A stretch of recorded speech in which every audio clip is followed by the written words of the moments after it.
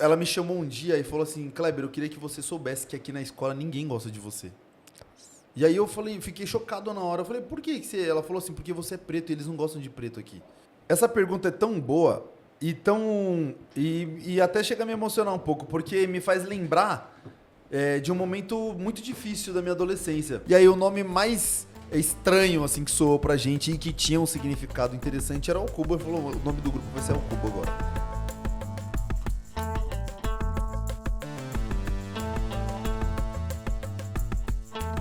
Fala galera, tudo bem?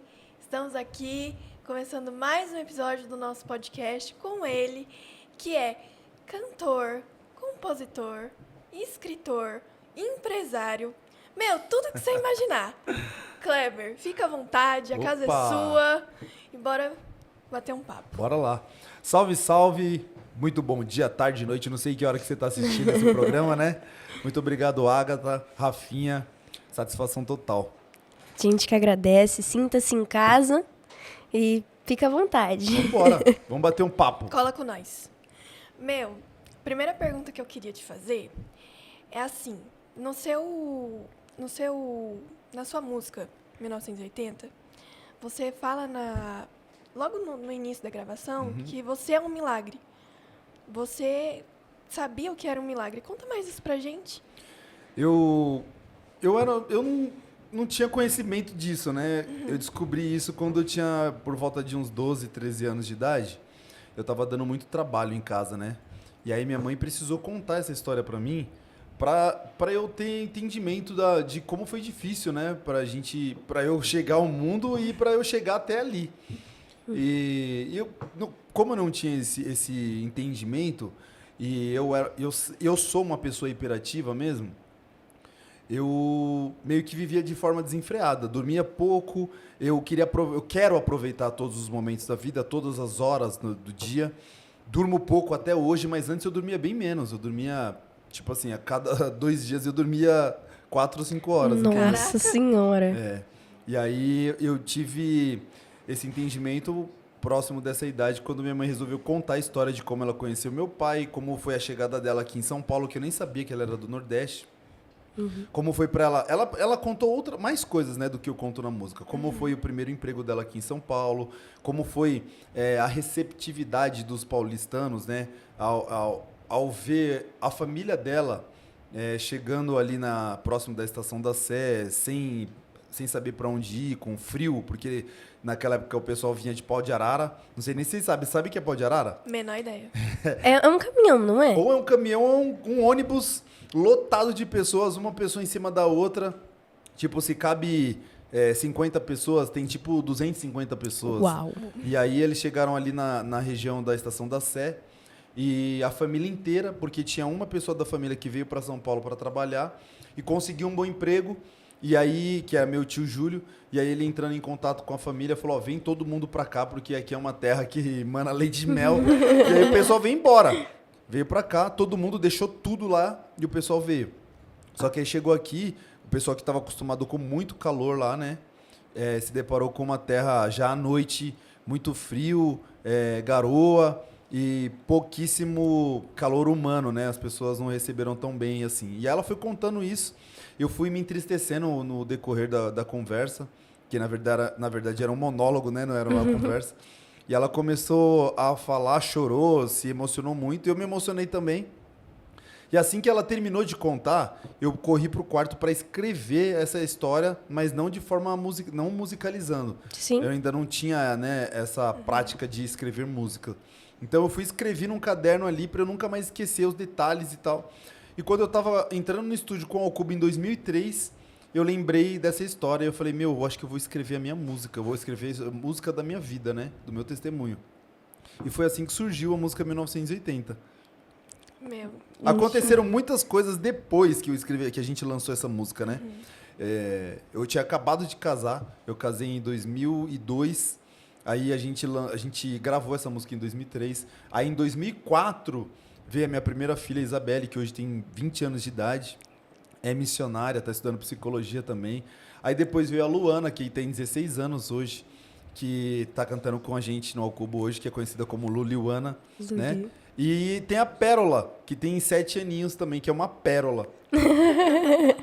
E eu sou casado com a Dedel há 22 anos. Cara. Namoramos 5 anos e a gente tá casado há 22. Que legal. Amor pra vida, né? E eu sou um milagre. Você é um milagre. Você é um milagre. E você também é um milagre, menina. E você também é um milagre, também. menina. Nós somos um Nós milagre. somos um Porque eu vou milagre. falar, no começo da pandemia eu tava escrevendo várias músicas, né? Eu tava com o tempo ali ocioso, então eu tinha que escrever. E eu comecei a escrever uma música de que todo mundo tem um rap. Todo mundo tem um rap, uma história pra contar, né? E é verdade. Por mais que a pessoa ainda não consiga identificar que ela é um milagre ou aconteceu algo, né, sobrenatural para que ela estivesse viva ainda, uma hora ela vai perceber. E se não perceber, tá perdendo a oportunidade de perceber, né? Porque todo mundo é um milagre, todo mundo. Só de estar vivo, a vida é um milagre, né? Sim, Se a É um gente- presente de Deus, né? Quando a gente olha uma mulher que já foi uma criancinha, aí cresce, aí por conta da união junto com o homem, é gerado, né, algo dentro dela. E aí, sem saber ainda o que está acontecendo, começa a tomar uma proporção, começa a crescer. De repente, bum, sai para o mundo uma criança. É aquela criança ainda pequenininha, antigamente não abriu o olho, mas hoje nasce já com o olho aberto, né? Algumas crianças já com cabelo, outras sem, mas bem pequenininho, de repente começa a tomar uma proporção, começa a andar, já começa a correr, de repente está do nosso tamanho. É verdade. verdade. Não é um milagre? É um Lógico milagre. que é. Lógico que é um milagre. Com certeza. E você falou, né, durante essa conversa, que você, quando era pequeno, era muito hiperativo. E eu queria saber quando que foi o seu primeiro contato com o rap? Muito boa pergunta. Olha só, essa pergunta é tão boa e até chega a me emocionar um pouco, porque me faz lembrar de um momento muito difícil da minha adolescência. Eu estudava numa escola particular, tanto eu quanto a dona Kelly, que é minha irmã. E era muito difícil para minha mãe e para o meu pai, na época, pagar essa escola particular pra gente. A gente morava num prédio da Coab, onde moravam 60 famílias e as famílias todas passavam muita dificuldade ali naquela época, né? E nesse tempo, minha mãe e o meu pai se sacrificaram muito para conseguir dar um estudo bom para mim e para minha irmã. Então eu deixava de fazer algumas coisas para que a gente pudesse ter um bom estudo ali. E eu, como eu era muito hiperativo, eu tacava fogo na sala, né? Eu era muito acelerado. Só que eu sou um tipo de hiperativo, porque existem alguns tipos de hiperatividade, né? Eu sou um tipo de hiperativo que consegue prestar atenção em tudo, me conectar com todos os assuntos que estão acontecendo e não me perder. Então, enquanto a professora estava prestando atenção, eu estava criando várias situações na sala de aula. Então, quando chegava a hora de prova, em alguns momentos que eu precisava mostrar que o Você tinha conhecimento, eu tinha o conhecimento, entendeu? Eu sabia, só que o pessoal não sabia. E os professores não conseguiam entender isso. Eles achavam que eu burlava, que eu colava, que estava acontecendo alguma coisa, né? E eles faziam vários testes comigo. Na época, era muito difícil ter pessoas afrodescendentes estudando em escola particular. Ainda é, mas antes era muito mais, né? E eu lembro que nesse período tinha eu, minha irmã e talvez mais 2 alunos negros que estudavam na escola. E por esse motivo já era um pouco mais difícil por conta das piadas, por conta das zoeiras, por conta das questões raciais que se tinha na época. E eu criava mais revolta e aquilo era um combustível maior ainda para eu aterrorizar ainda mais a sala de aula, porque eu usava isso para me defender. Então eu falava, eu preciso criar apelido pra galera, eu preciso mostrar que eu sou perigoso, eu preciso mostrar respeito. Então o tempo inteiro eu ameaçava de alguma forma a sala de aula e a escola inteira, entende? Então eu flertava com a morte o tempo inteiro, eu flertava com o perigo o tempo inteiro. Mesmo não sendo perigoso, eu precisava mostrar para as pessoas que eu era esse perigo ambulante. E aí chegou uma professora e ela falou assim para mim, ela percebeu que eu gostava muito de música, ela percebeu que eu gostava de arte. E aí ela falou, eu quero dar oportunidade pro Kleber hoje, aqui para ele fazer o que ele quer fazer, o que ele gostaria de fazer, para chamar a atenção de todos vocês. E ela me chamou lá e eu fiz um beatbox, que é a batida com a boca na época, eu acho que eu deveria ter Eu acho que eu tava no sexto ano. Sexto ano, geralmente, tem quantos anos? Você- 11 anos? Por aí. Por aí, Por aí. Eu tinha uns 11 anos. Aí eu fiz uma batida com a boca ali. E aí todo mundo ficou quieto pra assistir. A professora, pronto, agora já era, agora volta pro seu lugar. E eu fiquei quieto o resto da aula toda. E foi muito legal, né? Ela ter esse feeling Sim. de perceber que, tipo assim, caraca, ele... É dele isso. E aí ela dá um jeito de não excluir, assim, mas de inteirar junto com Não, as e essa pessoas. professora foi muito importante, porque depois desse dia, ela passou a perceber que a arte, através da arte, ela conseguia. Eu vou falar essa palavra aqui, mas eu não queria que ela fosse pejorativa, né? Vista de forma pejorativa. Ela conseguia me controlar, entendeu? Controlar, me conter, né? Então, ela usava a arte e a arte me deixava calmo. E aí, quando ela conseguiu ter esse controle sobre as minhas emoções ali, ela passou a conversar comigo sendo minha amiga. Então, a única professora que eu tive na minha vida que foi minha amiga foi ela. Eu nunca tive um professor que eu falava, mano, eu tenho um professor que é meu amigo. Eu tenho um professor que eu considero, respeito e respeito quando ele fala para, eu paro. Essa foi a única professora. E ela me chamou um dia e falou assim, Kleber, eu queria que você soubesse que aqui na escola ninguém gosta de você. E aí eu falei, fiquei chocado na hora. Eu falei, por que você... Ela falou assim, porque você é preto e eles não gostam de preto aqui. E aí eu falei, poxa, mas por que você tá me falando isso? Ela falou, porque eu gosto de você. E eu queria que você entendesse e que você usasse isso de uma forma boa. Ninguém gosta de você, o diretor não gosta de você, eles gostam do dinheiro do teu pai, mas de você eles não gostam. Então vamos usar essa sua inteligência, essa capacidade que você tem para você conseguir mostrar para a escola que você é melhor do que eles imaginam, entendeu? E essa professora me ganhou e foi forte. Caraca. Caraca, fortíssimo mesmo. Forte. Eu acho muito legal você falando, porque eu me identifico, sabe? Eu, desde pequena, eu sempre, assim, graças a Deus, hoje as coisas mudaram. Mas quando eu era pequena, eu não tinha também esse por eu ter uma cardiopatia congênita e tal, eu não poder, sei lá, tipo, fazer um exercício, participar da educação física. Se Eu também- relacionar com a galera, né? Exatamente, tá ali junto, colando com eles, eu era excluída. E aí, foi muito... Onde eu senti que eu tinha um pertencimento dentro da igreja. Dentro da igreja eu falava assim, caraca, eu sou amada, as pessoas gostam de mim, eu tô incluída com a galera, entendeu? E aí, pegando esse gancho, eu queria te perguntar se, nessa época, você já tinha um contato, assim, com a parte Musical, artística? Não, então, o meu primeiro contato com a música foi através disso.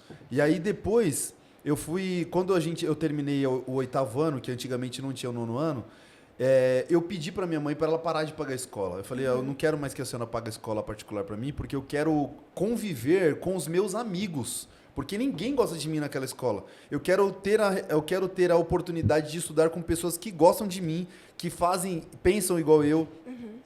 E eu quero estudar junto com o pessoal do meu prédio, do prédio que a gente mora. E minha mãe, ela não quis que acontecesse dessa forma, porque as escolas ali da região onde a gente morava eram escolas perigosas. E eu queria estudar à noite, eu queria viver perigosamente. Eu queria flertar com a morte o tempo inteiro, sabe? Eu queria viver dessa forma.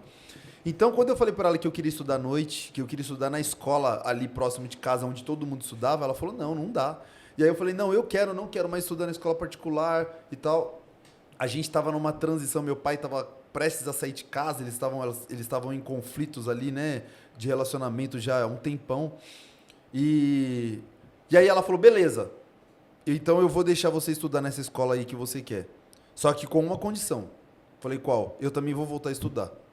E aí minha mãe, ela não tinha o ensino médio, né, que a gente chamava de colegial naquela época. Ela tinha só o Fundamental 2, né? E aí ela falou, eu vou estudar. E aí eu fiquei em pânico. Eu falei, mano, já pensou a minha mãe cair na minha sala? Falei, não pode acontecer isso e tal. E eu... Já entrei em choque. Essa era a condição que ela deu para eu estudar nessa escola. Eu falei, então vamos embora, vamos pro que Deus quiser, né? E aí ela matriculou nós dois, ela se matriculou e me matriculou também. E aí eu não caí na sala dela, ela não conseguiu continuar nessa escola também, porque era uma escola muito perigosa, mesmo. Tinha muita coisa assim embaçada na escola. E eu continuei, e através dessa escola eu tive um contato direto com a música. Porque eu conheci um cara que sentava na cadeira atrás da minha, e que chama Carlos. E ele, eu acho que era 3 anos mais velho que eu. E um dia eu tava estudando e tal, e eu vi ele resmungando, sozinho, praguejando assim. Eu virei e falei, mano, tá tudo bem? Ele falou, não, eu tô escrevendo uma música aqui. Eu falei, escrevendo o quê? Ele falou, tô escrevendo uma música. Eu falei, mas como assim, mano, escrever música? Eu nunca tinha conhecido alguém que tinha escrito uma música, né? Ele falou, não, que eu canto rap e tal. Eu falei, sério, mano? Mano, eu curto rap pra caramba e tal. Se liga o que eu sei fazer. Comecei a fazer. E ele falou, mano, eu tô precisando de um cara pra me ajudar, mano, é sério. Aí eu falei, não, mano, minha mãe nunca vai deixar eu andar com você. Né? Eu tenho 14 anos de idade, você tem 17, quase 18 anos e tal. Ele morava numa região próximo da minha casa que era extremamente perigosa, que era o Jardim São Pedro, próximo de Guaianazes. Falei, mano, nunca que minha mãe vai deixar eu andar com você. Ele falou, não, eu vou lá trocar ideia com a sua mãe e tal. E aí ele foi, conversou com a minha mãe liberou logo de cara. Falou, meu, eu preciso arrumar atividade pro Kleber. Pode combinar com ele aí, eu vou lá, conheço sua família, sua mãe e tal, participo de alguns ensaios de vocês. E aí foi o primeiro contato que eu tive com a música, assim, de forma artística mesmo. Só que era regional, não era nada profissional. Ele levava tudo de forma... Era tudo muito visto e vivido como se ele fosse, tipo, Racionais, sabe? O sonho dele era viver mesmo. Então, tudo que ele fazia, todo o dinheirinho que ele pegava, ele investia nisso. E eu olhava aquilo... E aquilo me cativava. Eu falava, nossa, mano. Porque eu nunca tinha tido uma pessoa que não fosse a minha mãe que acreditasse tanto em mim, igual esse cara e essa professora que eu tive. Entendeu? Então, quando ele passou a falar, ele falou assim pra mim, meu, eu preciso de um cara igual você pra me ajudar. Eu falei, não é possível, mano, que tem alguém que precisa de mim. E aí aquilo foi outra parada que me mexeu muito comigo, assim, e fez eu ter essa primeira relação com a música. Que legal. Ainda falando sobre essa questão da infância, essa questão da sua vida pessoal, eu fiz muitas pesquisas, eu não vou mentir. E nenhuma delas você fala onde você conheceu o mestrão, onde você conheceu o jiu-jitsu. Nossa, é verdade, né? Eu queria que você explanasse um pouquinho disso pra gente. Mestrão, um beijo. Beijo, mestre. A gente te ama.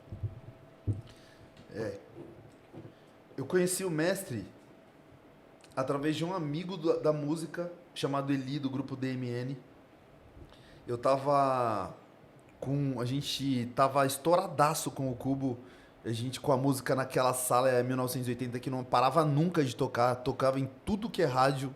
A gente fazia pelo menos de 5 a 6 shows por semana, a gente tava muito estourado. E a gente tinha gravado um DVD, que era o DVD acústico. Eu acho que eu conheci o mestrão por volta de 2005, 2006, mais ou menos. Porque esse amigo falou, cara, tem um pessoal que treina jiu-jitsu e eu tenho um amigo que é mestre dessa galera. E ele tá com um problema, mano, com os jovens lá, que alguns deles estão usando droga, ele descobriu que alguns estão usando droga, ele descobriu que outros estão se envolvendo com um monte de mina, tipo assim, 3, 4 minas por dia. E eu precisava usar o seu DVD, cara, pra ele ver, porque eu tenho certeza que dentro do DVD tem uma mensagem que ele vai usar pra aquela rapaziada. Aí eu falei, mano, eu vou te dar um DVD então, mas eu dei desprovido. Tipo, mano, dá lá pros caras ouvir lá no treino e tal. E aí aconteceu uma parada mágica, inexplicável. E o Dan pediu pra esse meu amigo... estreitar a relação. Tipo, meu, me apresenta esse cara e tal, eu preciso contar um testemunho pra ele. E aí, quando eu conheci o Dan não conseguia falar, ele só chorava. Ele falou, mano, eu tive uma experiência na academia, porque eu tava com problema com vários caras, né, com vários jovens lá, e todos os jovens, assim, com uma carreira promissora no jiu-jitsu, e só que ele tava percebendo que ele tava perdendo essa rapaziada. E aí ele pegou o DVD... e colocou o DVD na academia pro pessoal assistir. Tipo, acabou o treino, todo mundo senta aí, vamos assistir. Ele colocou 2 músicas. E aí, quando acabou a música, tava todo mundo chorando e todo mundo se abraçando, pedindo perdão pro mestre. Falou que iam mudar de vida e que eles queriam saber por onde que eles deveriam começar e... Enfim. E aí ele me procurou porque ele queria que eu ajudasse, ele não sabia como fazer isso.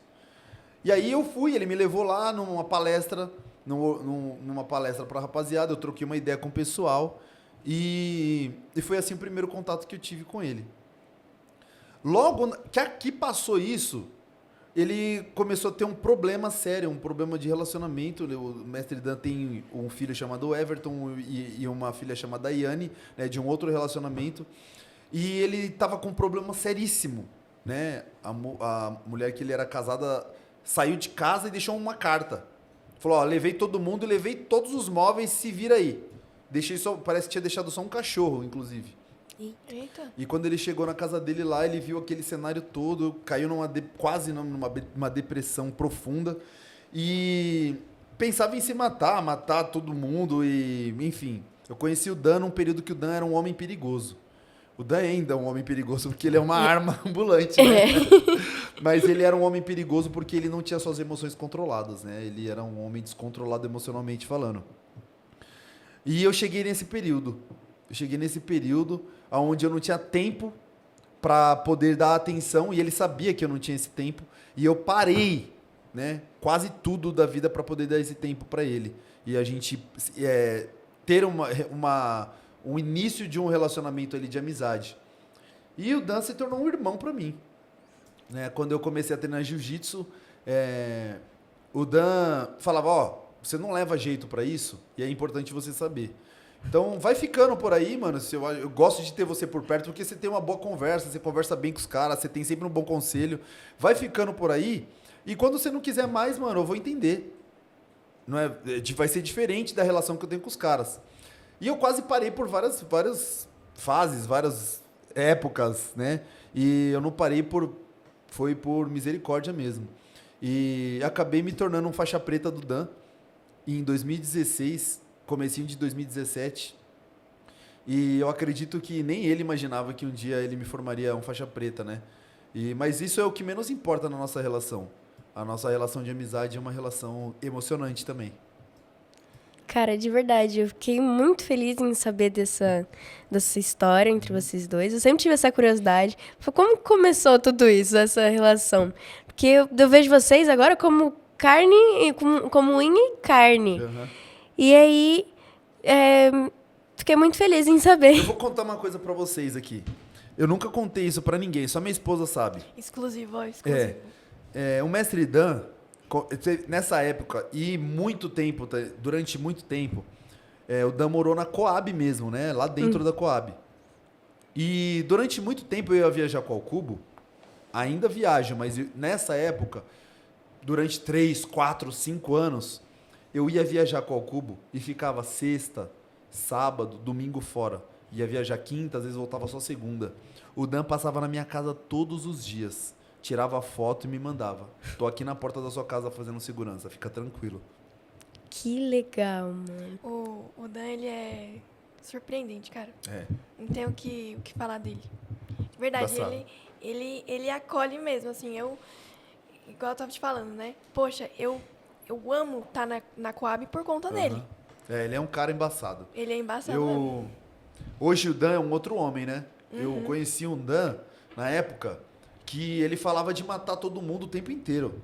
Ele falava, não, cara, o maluco ali, ele tá me tirando, eu preciso arrumar um jeito de matar ele. O tempo todo ele falava, mano, essa noite ele me ligava, às vezes, na madrugada, e falava, cara, eu tô ouvindo umas vozes aqui falando pra eu matar não sei quem, cara.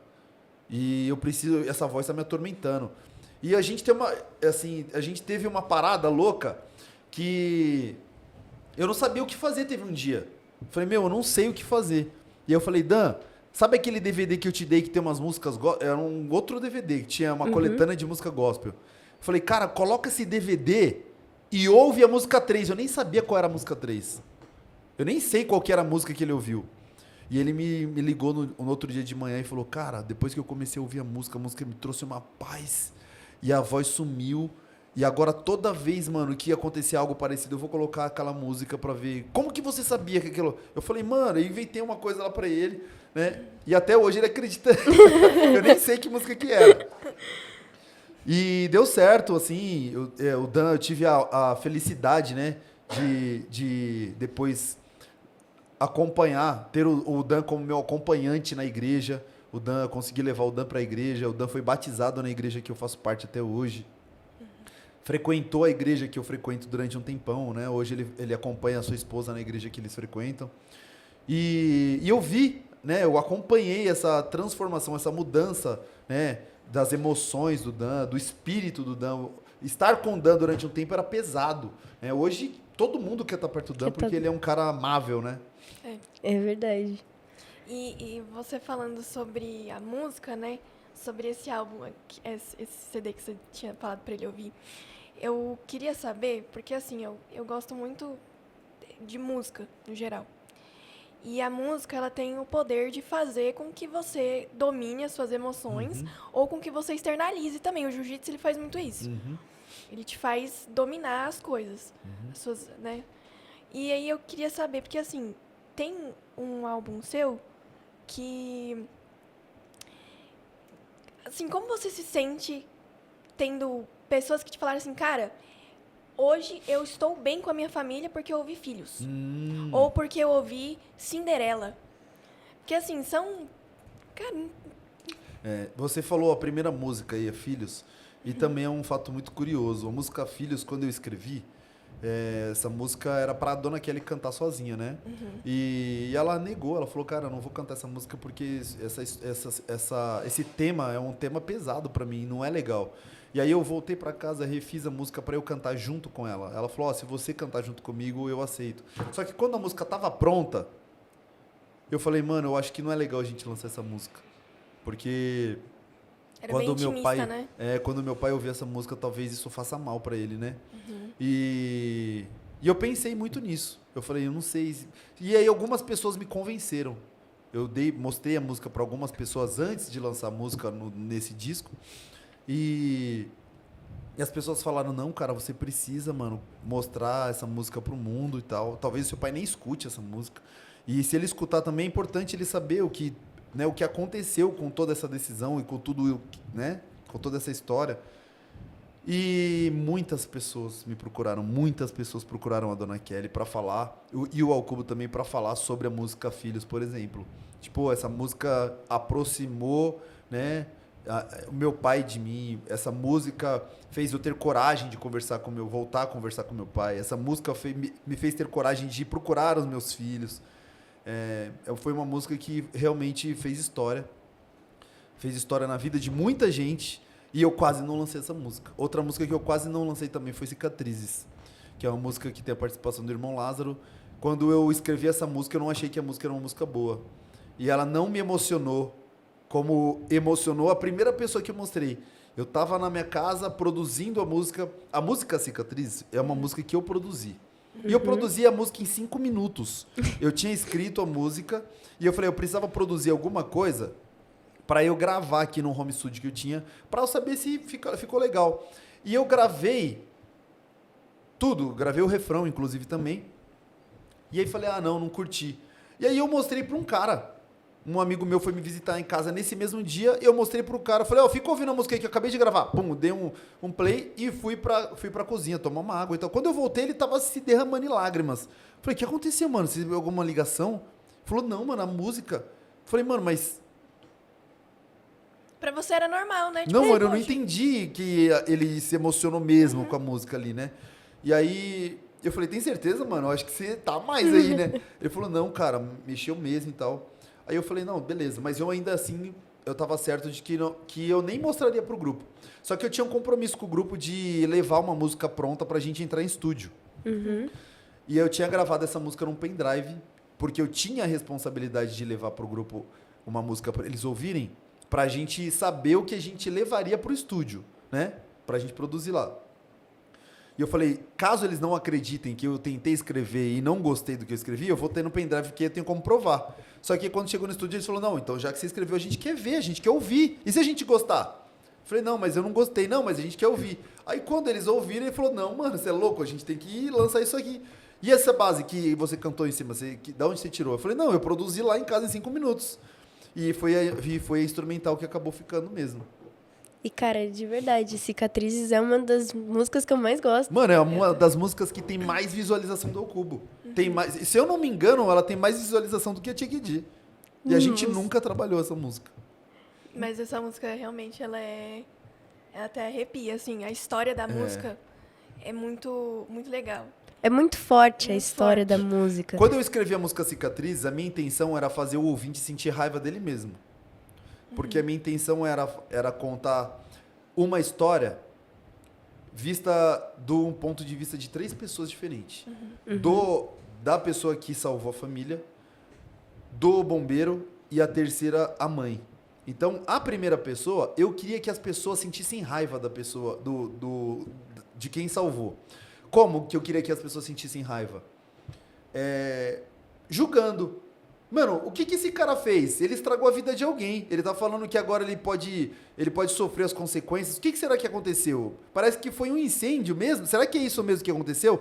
Quando o bombeiro, que é a segunda pessoa, fala, as pessoas têm certeza. Falam, meu, aquele cara botou fogo na casa de alguém. Esse cara tem que pagar por isso. Esse cara tem que ser condenado. Esse cara tem que fazer tal coisa. No terceiro ponto de vista, que é o da mãe, a mãe fala, aquele primeiro cara é o meu filho. Aquelas marcas dele é uma marca que ele tem porque ele foi o nosso super-herói. Entendeu? Pra gente, ele é a pessoa mais bonita desse universo.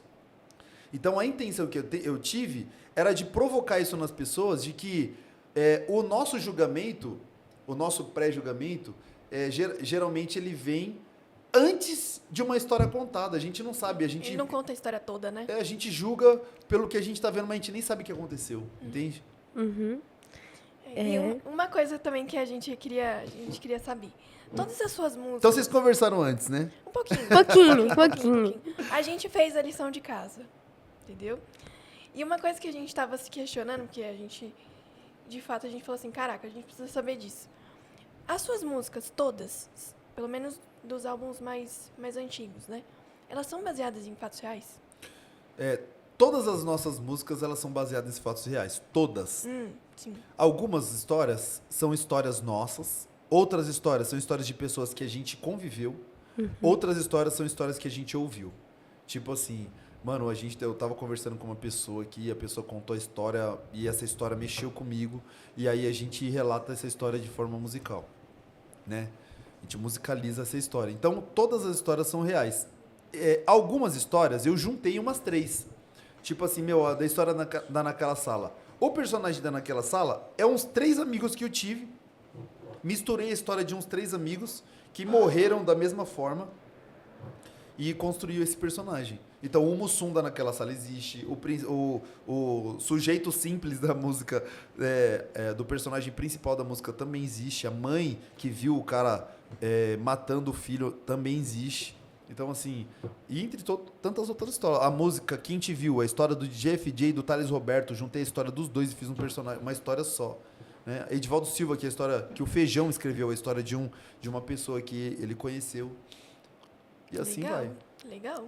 A Filhos, história minha e da Kelly. 1980, a sua história. A minha história. Legal. Legal saber disso. E outro ponto que eu queria puxar aqui são dos feats.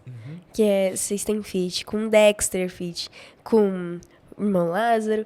Eu queria saber como essas pontes aconteceram, como vocês falaram, não, eu acho que seria legal a gente chamar tal pessoa pra essa música. Se aconteceu dessa forma, né? Eu não sou muito fã de feat, mas os outros integrantes do Ao Cubo, eles eram muito fãs de feat. Eles sempre gostaram muito.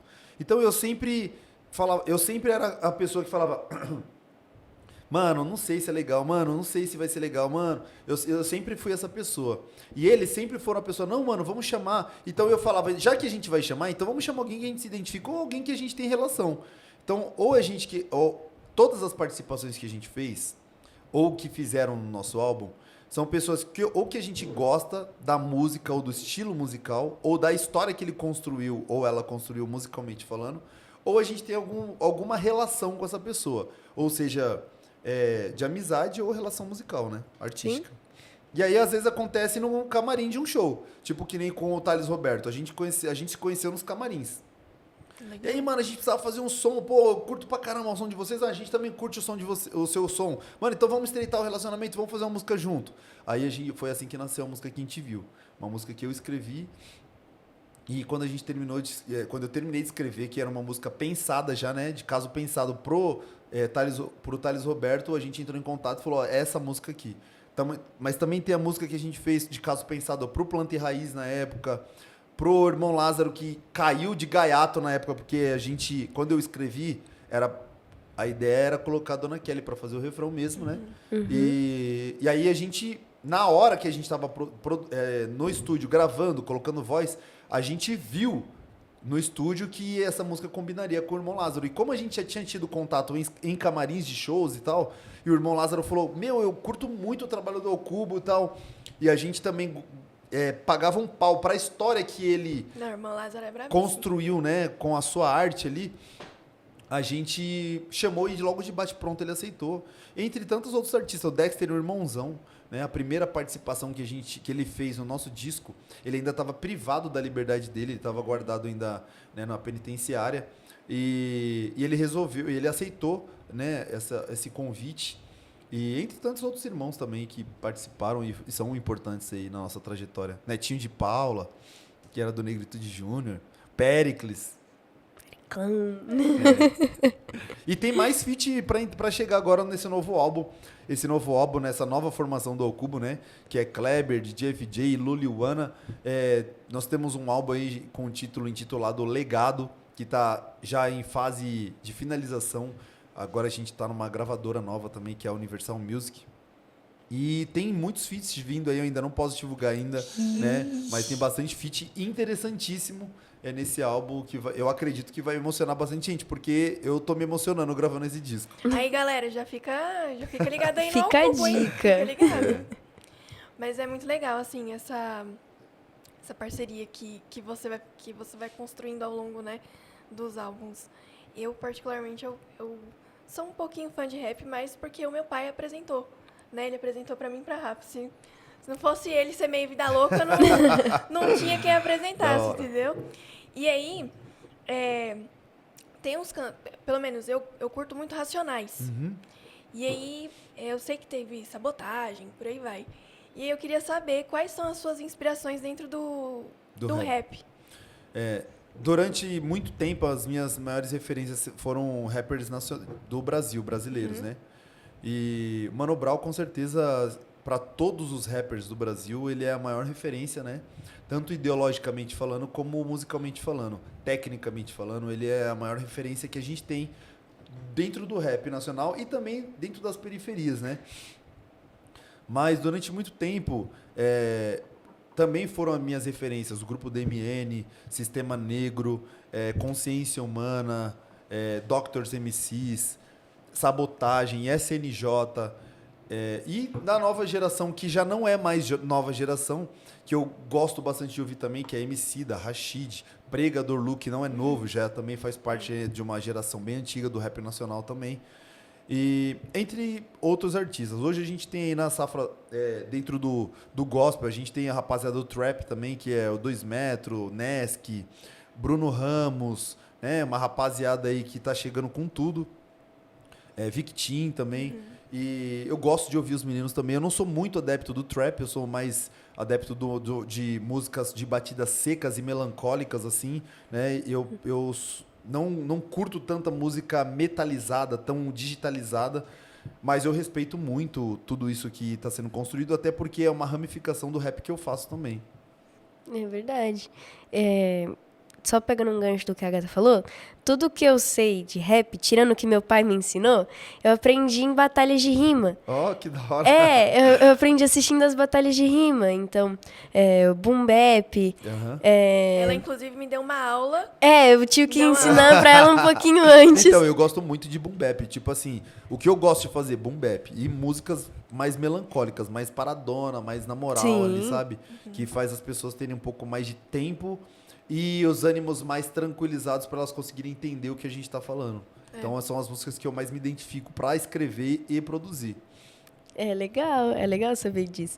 Eu acho que são uns 2 gêneros, assim, 2 subgêneros, né? Porque o gênero principal é o rap. que eu gosto bastante de escutar. O Boom Bap e o Detroit. É mesmo? É. Então, eu curto Detroit também. Curto Detroit, eu curto Boom Bap também. Pra quem não sabe, é legal pesquisar pra saber qual que é a diferença. Trap, o Boom Bap, Detroit. Entre Drill também. Drill também é Né? legal. São subgêneros do rap e da música, né, urbana que compõe o hip hop ali, que é muito interessante. O pessoal que curte, né, essa música alternativa pesquisar e saber um pouco mais. Sim, verdade. Igual a Agatha já sabe um pouquinho, porque eu dei uma aula pra ela.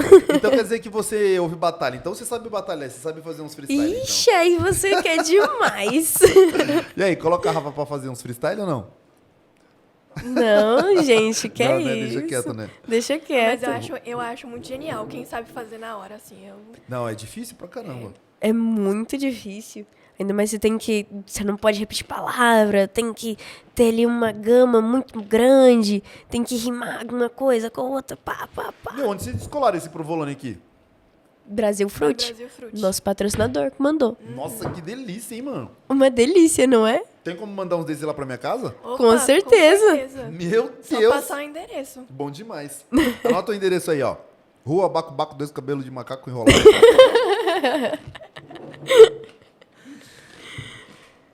Ai, meu. Bom, hein? Uma delicinha. Eu vou levar um de cada. Fechou. Esses aqui, inclusive, são seus, tá? É. Tudo? Olha que eu levo Esse aqui tudo, é hein? seu. Esse, né? Esse não, né? Esse não. Esse não, esse é pra gente comer depois. Esse comer depois. Eu gosto. Eu gosto também. Isso aqui combina com a minha dieta. Tô de dieta, Eu acho que tudo combina aqui. Ah, com tudo essa- combina com a dieta. Vou Só- mandar 2 ovinhos instalados, eu vou jogar um pouquinho dessa farofa aqui. Como que é o nome? Deus Alimentos. É. Top. Da hora. Ô, Kleber, agora uma pergunta, assim. Você falando do rap e tal, como que o rap, ele surgiu pra você dentro do mundo gospel? Assim, como que você conseguiu inserir isso dentro das igrejas, assim? Quando eu comecei no rap, eu não era da igreja. Minha mãe tava começando a ir pra igreja e ela tava preocupada porque eu não queria ir pra igreja com ela. E aí, quando eu conheci esse rapaz, que é o Carlos, na escola, ela se viu um pouco tipo assim, enquanto eu estiver na igreja, eu sei que ele vai estar lá, né? Então, envolvido com música e tal, então eu não estarei tão preocupada.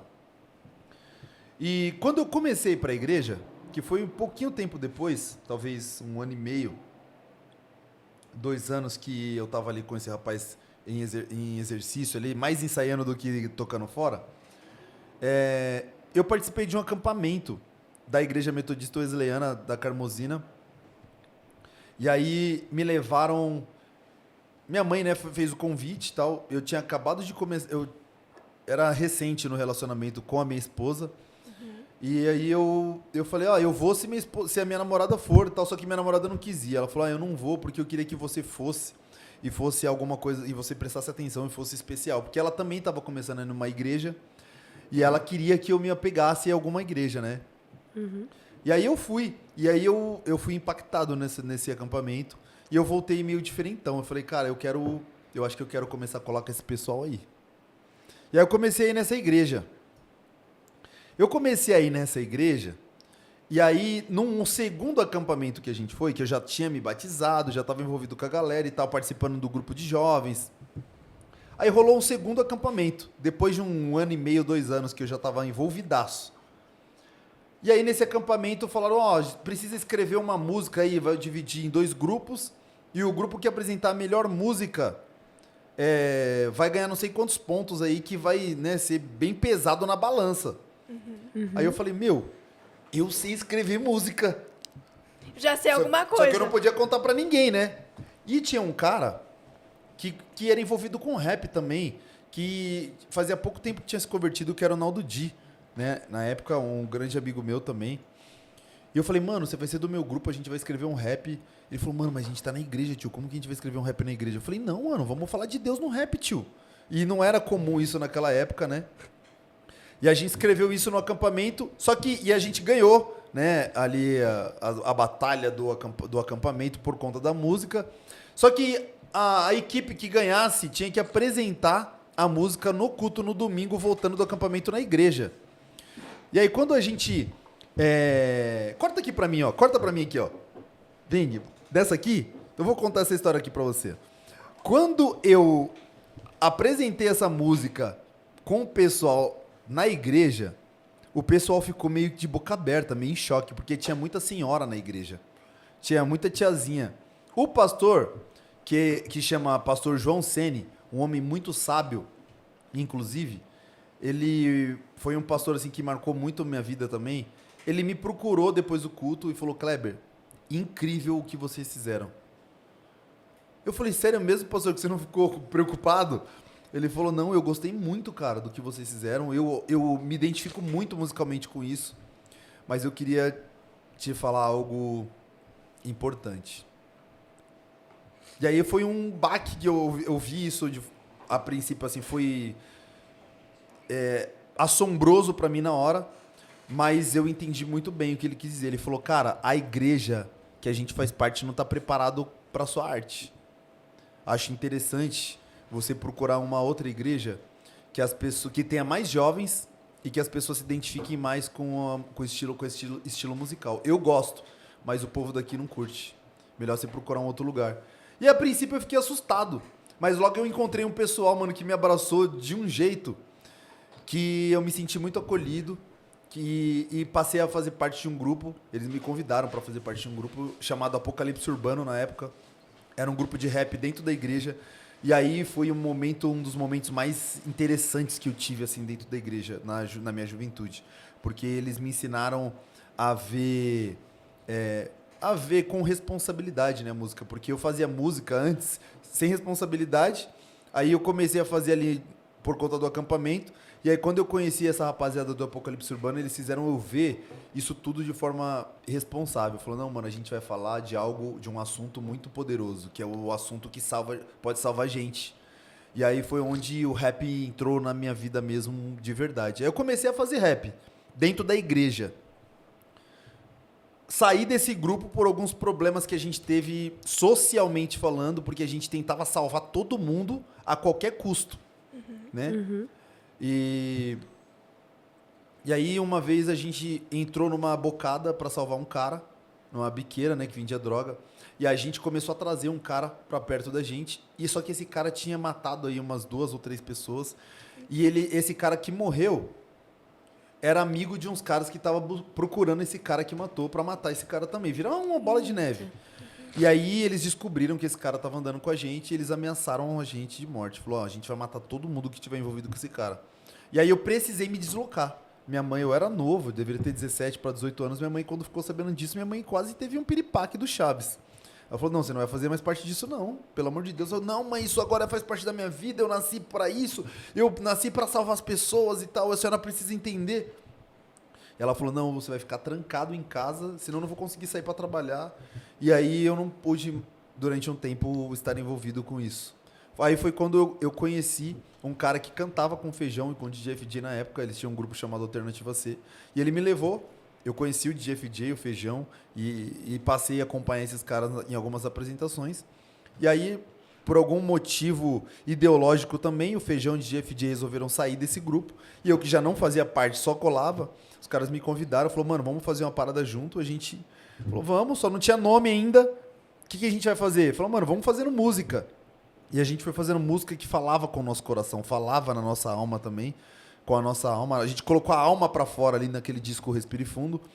E aí a gente falou: meu, acho que tá na hora da gente descolar um nome pro grupo. E a gente fez uma lista de... Fica aí que você vai embora comigo. A gente fez uma lista extensa de nomes. E aí o nome mais estranho assim que soou pra gente e que tinha um significado interessante era Alcuba. Ele falou: o nome do grupo vai ser Alcuba agora. E assim, é um nome que tem um significado muito interessante, né? Que é, pra gente, é o Deus que tudo fez e que ao mesmo tempo é 3. Na matemática, 1 elevado à terceira potência é 1 vezes 1 vezes 1, que ao mesmo tempo é 1.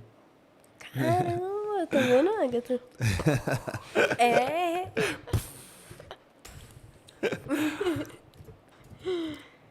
E uma coisa muito interessante disso que a gente tá falando é porque nessa época, eu acredito que o preconceito ainda devia ser muito forte dentro da igreja.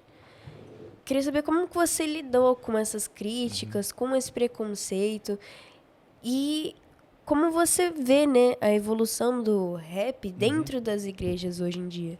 Sim. Seria muito pesado eu falar que existe preconceito dentro das igrejas? Acho que não. Não, né? Não. Mas existe muito preconceito dentro das igrejas, existe preconceito na sociedade. Como a igreja ela é composta por pessoas que estão na sociedade, então a igreja também é uma igreja, é um lugar de preconceito, né? Preconceito em vários âmbitos.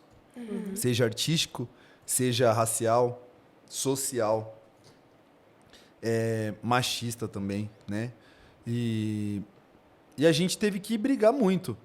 Só que de forma inteligente, né? A gente não precisou brigar mesmo de tipo ter que confrontar com palavras e mais sim com atitudes. Às vezes tendo que ficar quieto, às vezes tendo que fechar a cara, às vezes tendo que se impor. E a música acabou falando mais alto do que a nossa própria palavra falada, né? Então, como que a gente conseguiu ganhar espaço? Trazendo conhecimento para as pessoas que estavam dentro desse universo também.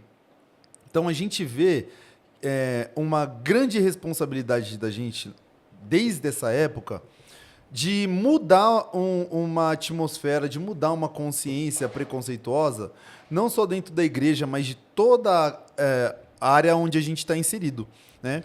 Seja na música, seja nas quebradas, porque a quebrada também é preconceituosa. A quebrada, às vezes, ela não deixa algumas pessoas se relacionarem, porque a pessoa tem um estereótipo. Então, a gente meio que tem que confrontar algumas coisas com a música, entende?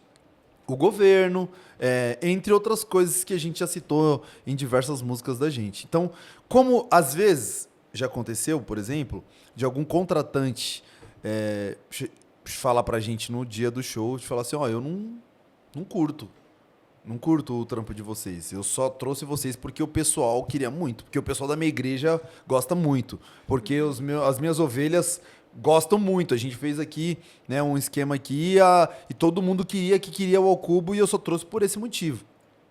E isso a gente viu que foi uma das coisas talvez mais importantes para a gente conseguir desconstruir alguns preconceitos que pareciam que nunca seriam desconstruídos, né? Mas que em algum momento da vida e da história do Ao Cubo a gente começou a ter esperança. Falou, não, a gente pode continuar falando assim porque as coisas estão mudando. E uma das coisas, sabe o que era? Desculpa te cortar, Não, Agatha. que faz? Uma das coisas muito importantes, cara, e que isso me emocionou durante muitos e muitos anos, era chegar no show e a gente fazia... Olha só, eu vou contar uma parada também que eu nunca contei. A gente fez durante muito tempo inédito. coisa pra chocar. Então, por exemplo, eu sempre gostei de cortar cabelo. Tem uma barbearia, inclusive, né? Mas sempre gostei de cortar cabelo. Sempre tive maquininha em casa, sempre tive tesoura e tal. Cortava cabelo de muita gente. Teve uma época que eu falei, mano, eu vou cortar o cabelo, mano, de uma forma louca. Onde todo mundo vai olhar e falar, mano, que louco, mano. Quem cortou o cabelo desse cara? E aí eu fazia isso de propósito. Porque era uma forma de eu me expressar também. E aí, às vezes, eu chegava num lugar pra cantar e chegava lá, os moleques estavam tudo com o cabelo igual. Falei, mano, o que aconteceu? Os moleques, mano, cortei o cabelo igual o seu, vi na internet você com o cabelo assim. Eu falei, não, mano. E o que o seu pastor vai pensar? Ele falou, mano, arrumamos um problema pro pastor aqui, Clebão. E a gente via as pessoas, arrumamos um problema no bom sentido, né? Sim. A gente via os jovens querendo se vestir igual a gente, ter o cabelo parecido com o da gente. Só que quando eu era novo, ninguém queria ter o cabelo igual o meu. Ninguém queria ter o cabelo igual a da Dona Kelly. A gente era motivo de zoeira, entendeu? Então, quando a gente chegava, por exemplo, lá em Porto Alegre, onde a maioria das pessoas são claras, a gente via lá 3, às vezes 4 meninas pretas, a gente chegava lá e via as meninas com cabelo crespo, armado e se amando muito, visualmente falando, e com cabelo colorido, porque elas viram que a última cor que a Dona Kelly tinha postado era tipo vermelho, e elas também estavam com vermelho, e a gente falava, cara, isso tá sendo muito forte para as pessoas, entendeu? Então, a gente viu o poder que a gente tinha na comunicação através da nossa música e através da nossa figura também.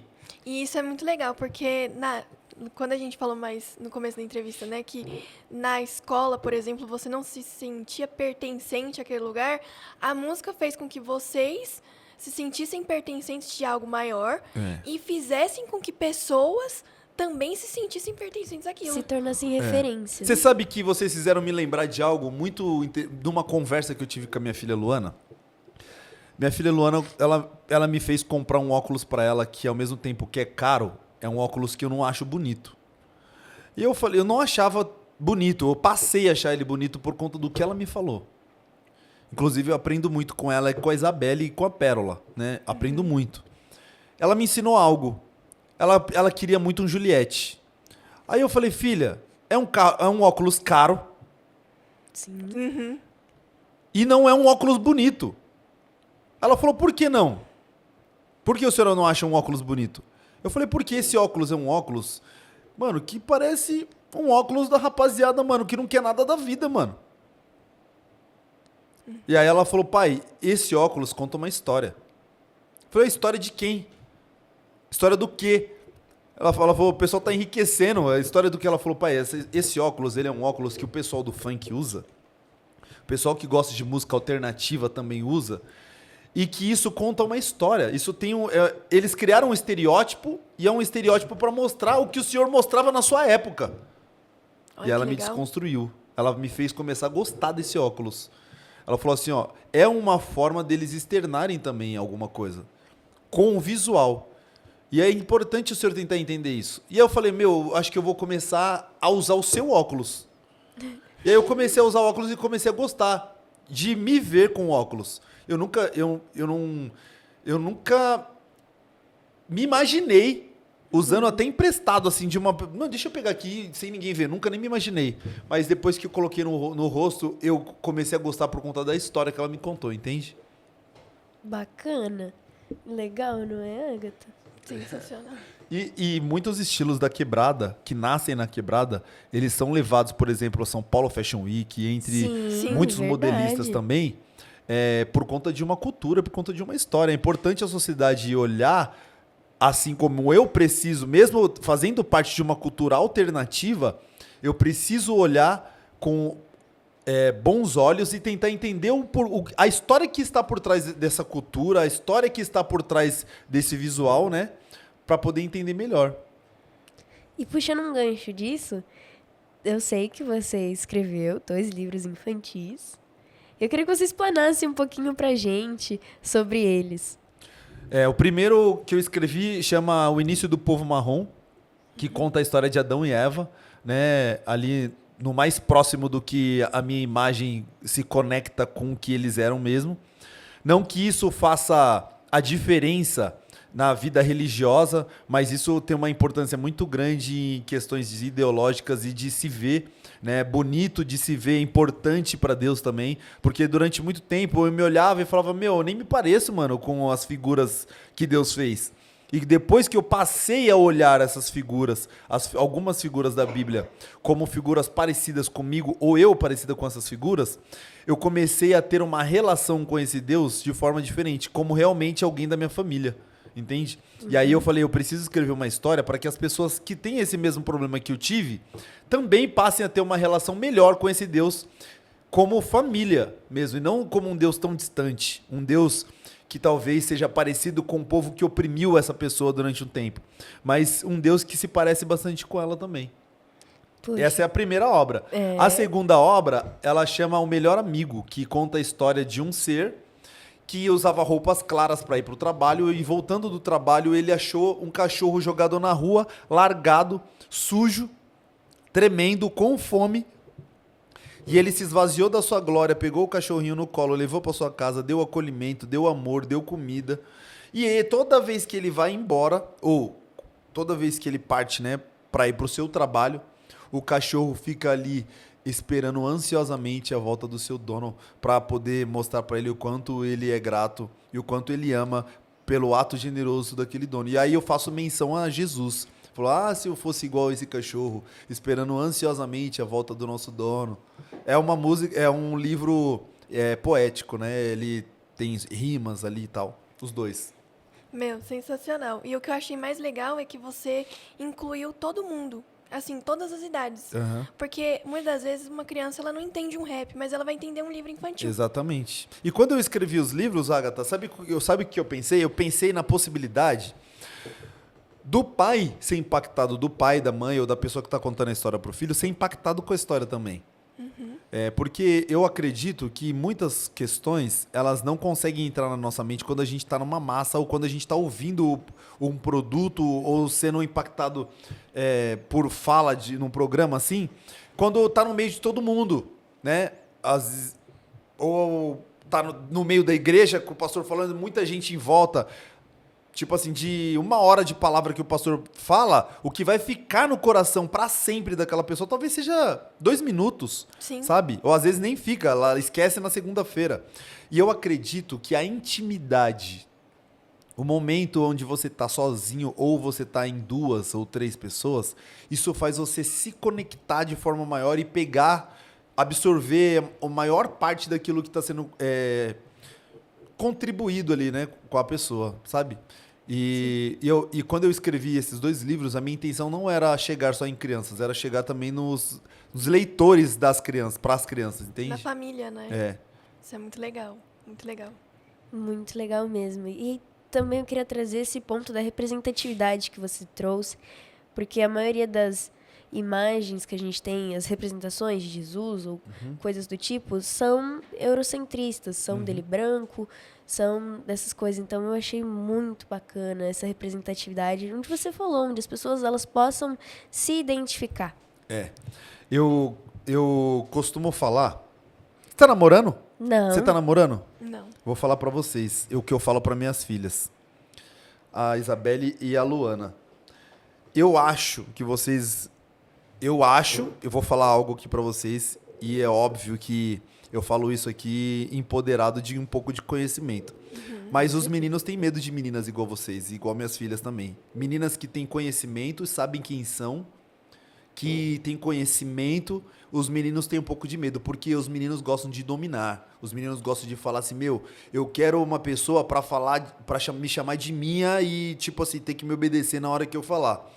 E quando eles encontram alguém que sabe conversar, sabe se comunicar, sabe se relacionar de forma respeitosa, sabe o tempo das coisas, mano, esse é o tempo disso, isso aqui é o tempo daquilo, sabe qual é o espaço, eles têm um pouco de medo, entende?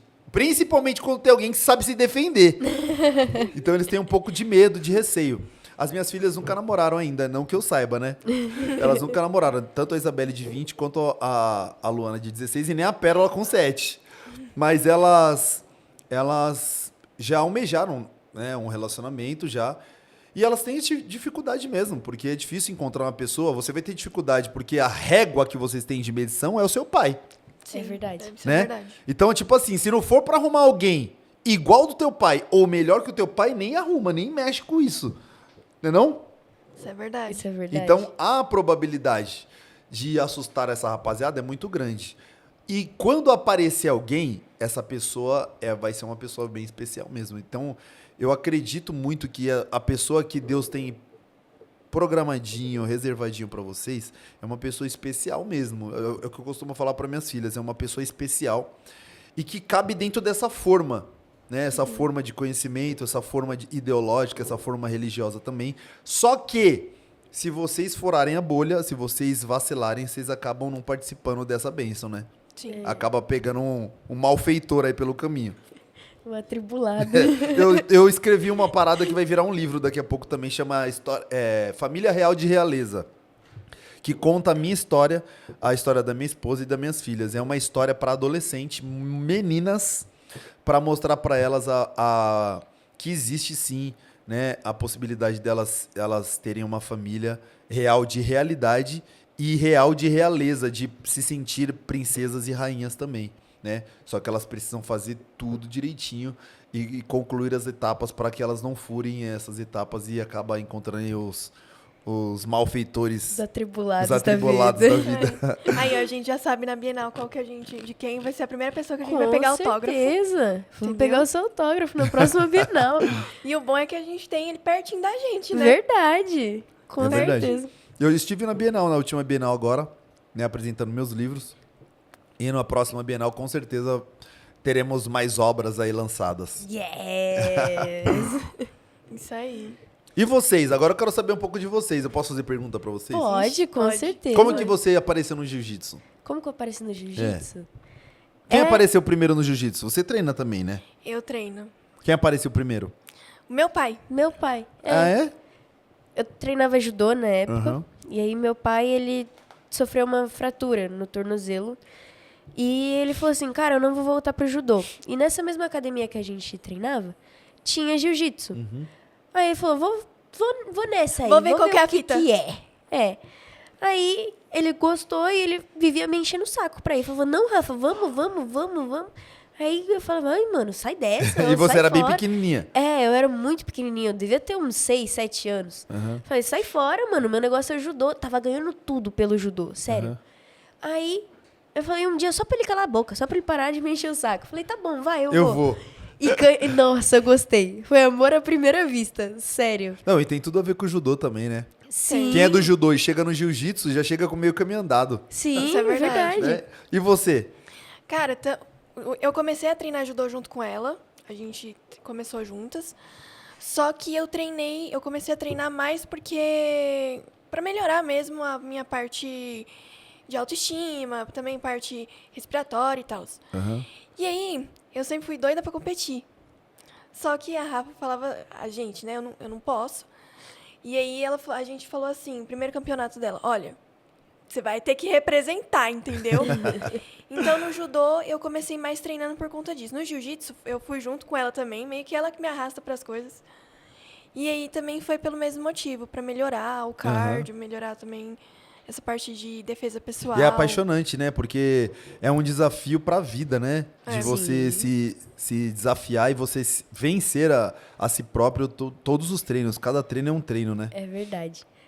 Eu adorei essa frase. Cada treino é um treino. É. Porque você vira e fala assim, nossa, eu preciso melhorar tal coisa. No próximo treino você já precisa melhorar outra coisa. É. Sempre vão surgindo dificuldades novas.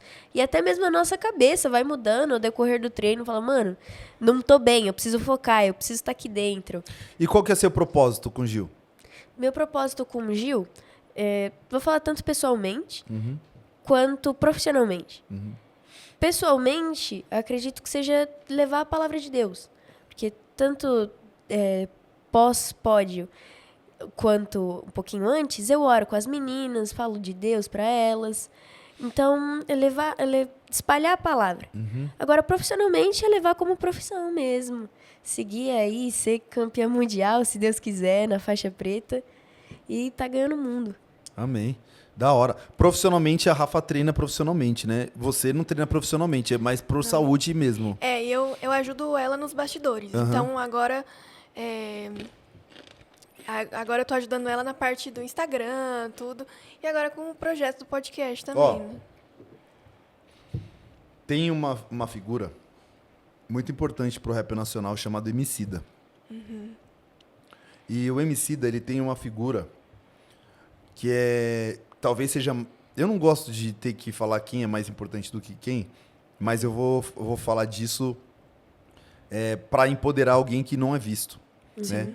Mas ele não seria o Emicida se não fosse o irmão dele, chamado Fiote. O irmão dele é um cara que não é conhecido pelo povo, pelo público. É conhecido nos bastidores porque ele é um bom empresário, um bom manager, um bom articulador, né? Relações públicas. E ele é o cérebro por trás do produto, sabe?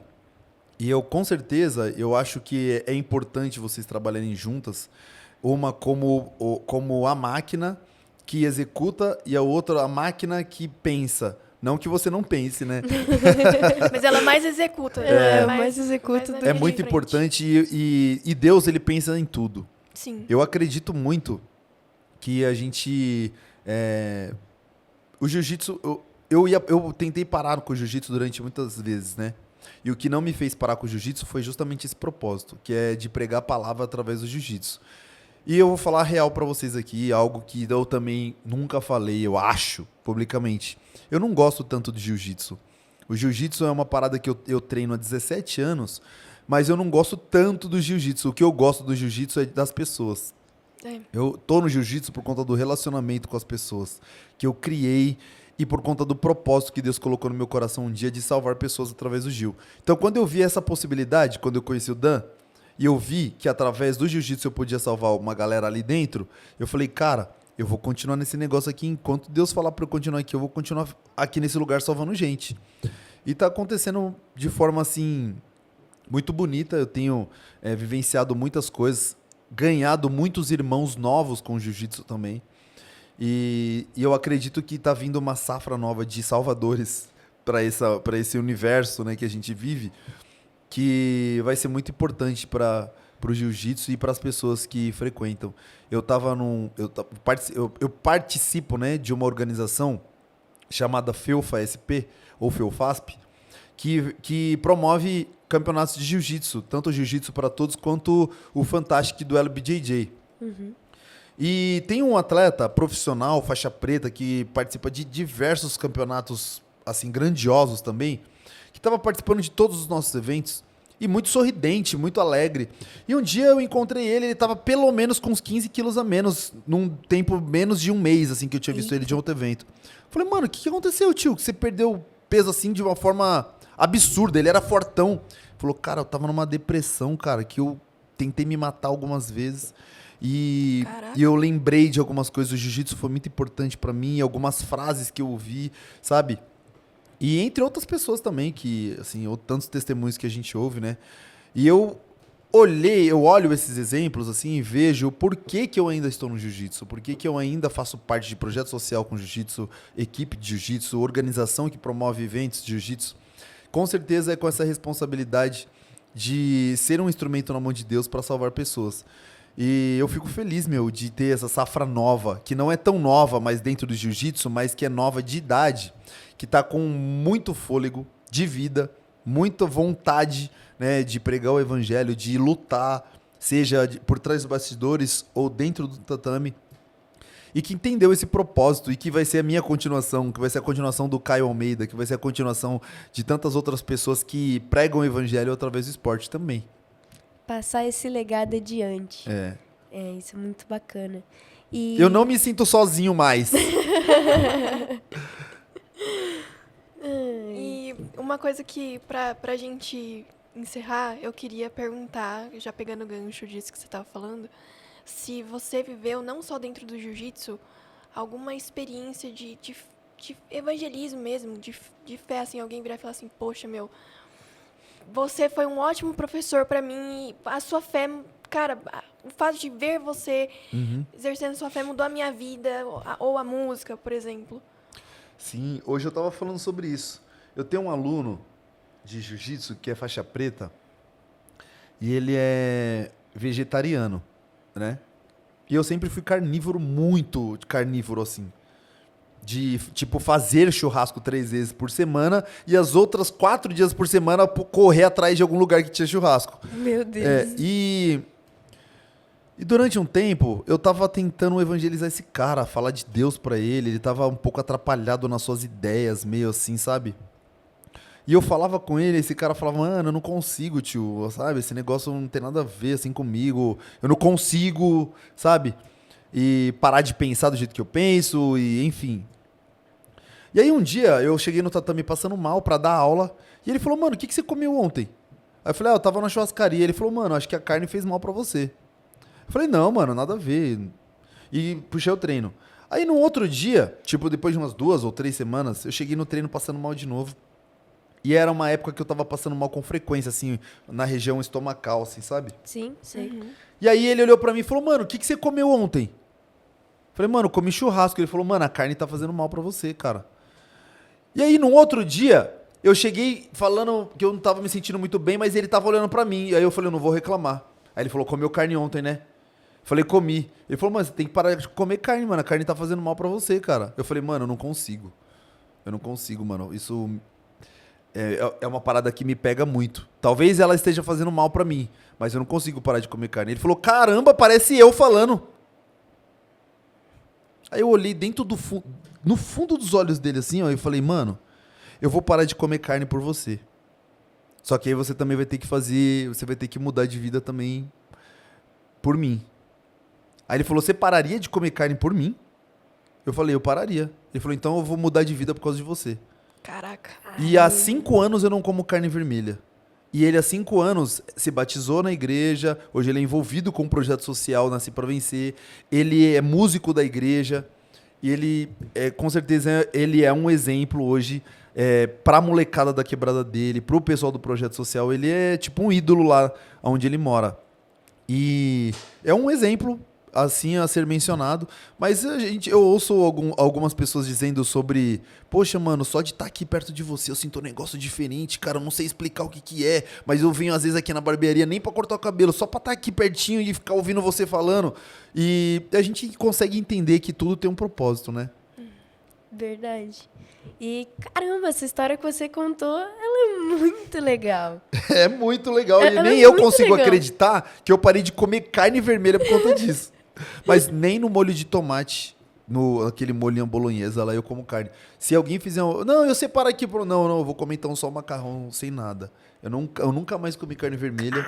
E eu já tive a oportunidade de comer sem que ninguém soubesse. Mas aí eu falei, eu não vou fazer isso porque eu dei minha palavra pra ele. Cara, ninguém Não vai vou saber, comer. mas eu vou Eu saber. vou saber. Eu vou saber.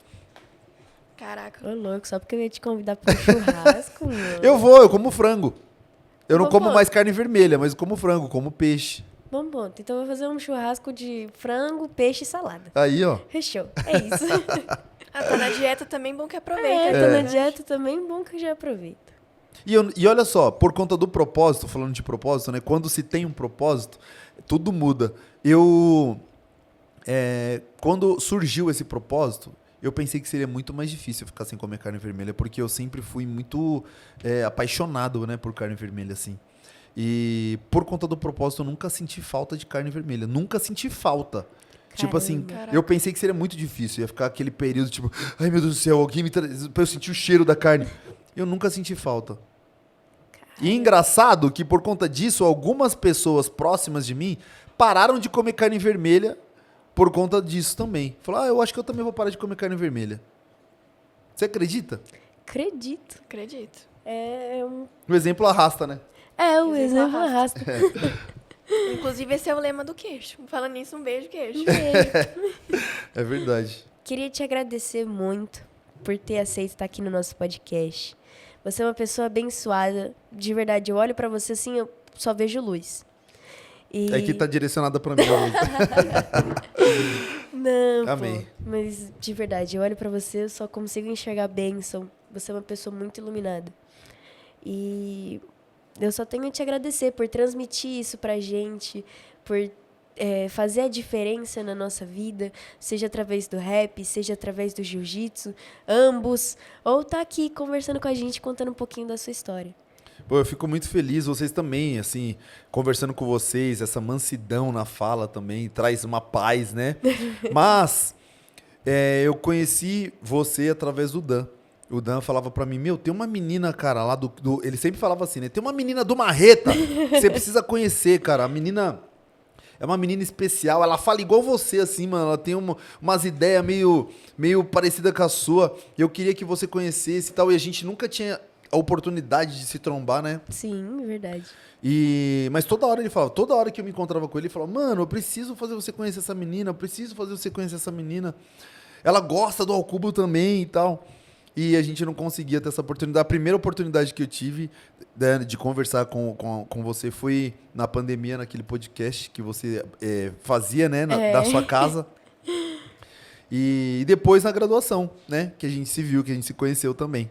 Foi mesmo. Verdade. Quem sabe Deus vai dar uma oportunidade pra gente, conceder uma oportunidade pra gente fazer um treino junto, né? Sim, Com certeza. verdade. A gente Com precisa certeza. marcar. Só não sou atleta, mas eu vou com prazer. Não, demorou. Demorou, a gente faz algo bem tranquilo pra você. Obrigada. Fique tranquila. E pra finalizar, galera, eu queria agradecer aos nossos patrocinadores, a Deus Alimentos, que há 80 anos leva nutrição pros lares, pras famílias brasileiras. Queria agradecer a Brasil Fruit, onde o natural faz bem e o bem é bom. Inclusive, esse provolone, uma delícia. Top. Gostei muito do provolone, gosto muito de tudo isso, gosto também disso que tem aqui e eu vou levar pra casa, eu aceito isso tudo Uma na minha casa. delícia. Inclusive, a gente tem um presente pra você, porque uma vez, Ah. muito tempo atrás, você falou assim, Rafinha, que mochila legal essa da Art for Fight, eu queria Falei uma. mesmo. Inclusive, tá aí, ó. Não, sério? Tá aí. Seríssimo. Ah, não presente. acredito. Olha só, eu vou fazer uma viagem agora com o Cuba esse final de semana e já vou usar. Eu posso fazer um vídeo e mandar pra vocês? Com certeza. Olha só, ganhei Nossos uma mochila. patrocinadores que deram pra você. Olha que da hora, hein? Aqui, ó, não acabou não, tá? Tem mais? Tem Tem mais. Meu Deus! Eu gosto de ganhar presente. Nossa, eu gosto disso aqui também. Esse é legal, Esse é esse eu bom, gosto hein? também. Gostei. E agora que você tá de dieta, já vai poder comer bastante. Ó, e eu snacks. vou falar, eu tô de dieta por conta de uns amigos meus, viu? Uns amigos meus que estão dando mancada comigo. Uns não, mas outros estão. Ixi. Inclusive um deles tá aqui. Comecei a fazer dieta, fiz um Ixi. grupo no WhatsApp. Falei assim, ó, o seguinte, tô montando um grupo no WhatsApp. Ah, mas eu não consigo, tá difícil. Eu falei, ó, eu vou fazer só pra mostrar pra vocês que dá. E a nossa meta é perder 10 quilos inicial. De todo mundo. Depois que eu perder 10 quilos, vocês continuam. Vocês mandam bala. É. Vocês Só que aí seguem tem mesmo. gente no grupo que tá dando mancada comigo. E... Não é querendo falar nada, não? Não, não é esse rapaz aqui não que tá dando mancada. Ah, não? Não. Não. Não, né? Ah, então tá bom. Ó, gostei muito dos presentes. Vou colocar meus produtos aqui, ó, que eu viajo com o Cubo. E é sério mesmo, vou fazer vídeo e vou mandar pra vocês. A gente agradece, de Mochilão verdade. bom, hein? Esse tem bastante Esse é bom. espaço, eu gosto bastante Eu gosto de dele. bolsa com muito... Eu gosto de mochila com muito bolso. Não, eu também. Sabe o que eu levo pras viagens? Eu levo o figurino. E às vezes quando a gente vai de um show pro outro, eu tenho que levar 2 figurinos. Então eu levo figurino, eu levo roupa pra me acomodar na região, né? Então, por exemplo, a gente vai fazer uma viagem agora pra Pernambuco. Tem a marcha de Olinda lá agora. Então, eu tenho que levar figurino pra lá, tenho que levar a roupa pra se acomodar e tem que levar a roupa as coisas, né? Ainda uma necessaire, tem que levar um computador e tal, entre outras coisas. Então, Tem tem que espaço ser aí. uma mochila volumosa mesmo. Tem que ser Da um hora. mochilão. Legal. Inclusive, galera, quem seguir a gente nas nossas redes sociais, que a gente ainda não estreou, mas vamos estrear dia 1º, vai ganhar uma bolsa dessa aí, ó. Oh, É verdade, sério? vai ganhar uma Seríssimo. mochila dessa daí. Estão concorrendo. Estamos concorrendo. Isso, estão Estão concorrendo. concorrendo. Da hora, hein? Dá pra me inscrever de novo? Manda pra todo mundo que você puder. Demorou. É isso. Você que tá no meu Instagram, vamos fazer um corte agora. Ó. Você que tá no meu Instagram, o que eles precisam fazer? Seguir o podcast, tanto no YouTube quanto No Instagram. No Instagram. No Instagram. Então, você que tá no meu Instagram e você for lá no Instagram do Cola Lá e também no canal do YouTube do Cola Lá, você se inscrever nos dois, tanto no canal do YouTube quanto no Instagram, você estará... Tem que comentar também, né? Tem que comentar, É com isso aí. certeza. Tá Inclusive, concorrendo o uma vídeo- mochila dessa, louquíssima da Art for Fight. O vídeo tá fixado lá, galera. É isso aí. Pronto. Pronto, é isso. E pra gente finalizar também, gostaria de agradecer a Açaí Rude, onde é o faixa preta em açaí. É um açaí cremoso por fora e rude por dentro. Ah, é? De verdade, uma delícia. Super E recomendo. eu gosto de açaí, hein? Açaí é bom, sério. E a Mempo, pra gente que é atleta, pra gente que faz parte de uma luta marcial, é importante a gente cuidar do nosso sorriso. E pra gente se cuidar, usa um protetor bucal. Mempo, referência. É isso É aí. isso. Bom, eu fico muito feliz de estar aqui com vocês. Eu parei aí uns compromissos que eu tinha para estar aqui com vocês. Não para deixar mais importante, né? Mas eu queria que vocês soubessem de quanto eu estou feliz aqui com vocês, de estar aqui com vocês. E fico muito feliz de ouvir a voz de vocês, saber que a voz de vocês são voz, por mais que seja mansa, mas são vozes fortes que estão chegando em lugares que talvez nem vocês imaginam. E eu tô aqui para impulsionar mesmo vocês e dizer que eu também acredito no potencial de vocês, acredito que Deus pode chegar em lugares que nem vocês ainda imaginaram que pode chegar através do trabalho de vocês, do programa, né, do podcast, das artes marciais também. E desejo toda sorte de bênçãos da parte de Deus, que o Espírito obrigada. Santo conduza vocês, inspire vocês, dê oportunidades para vocês conversarem com pessoas, inspirarem novas pessoas, criarem novos relacionamentos, em nome de Jesus. Amém. Muito obrigado. É uma honra pra gente, de novo, Da hora. você aqui. De verdade. De verdade. A gente fica muito feliz em ter você aqui. Em todos os sentidos, né, Agatha? De verdade. É um papo muito gostoso. Da hora. Galera, se vocês gostaram, comenta, curte, se inscreve no canal. Tudo isso é de graça. Acompanha o Kleber, que logo, logo vem, É isso aí. vem coisa nova deles por aí. Tá chegando. É isso aí. Chegando. É isso aí, gente. Um beijo. Fiquem Beijo, com Deus. tchau. Deus abençoe.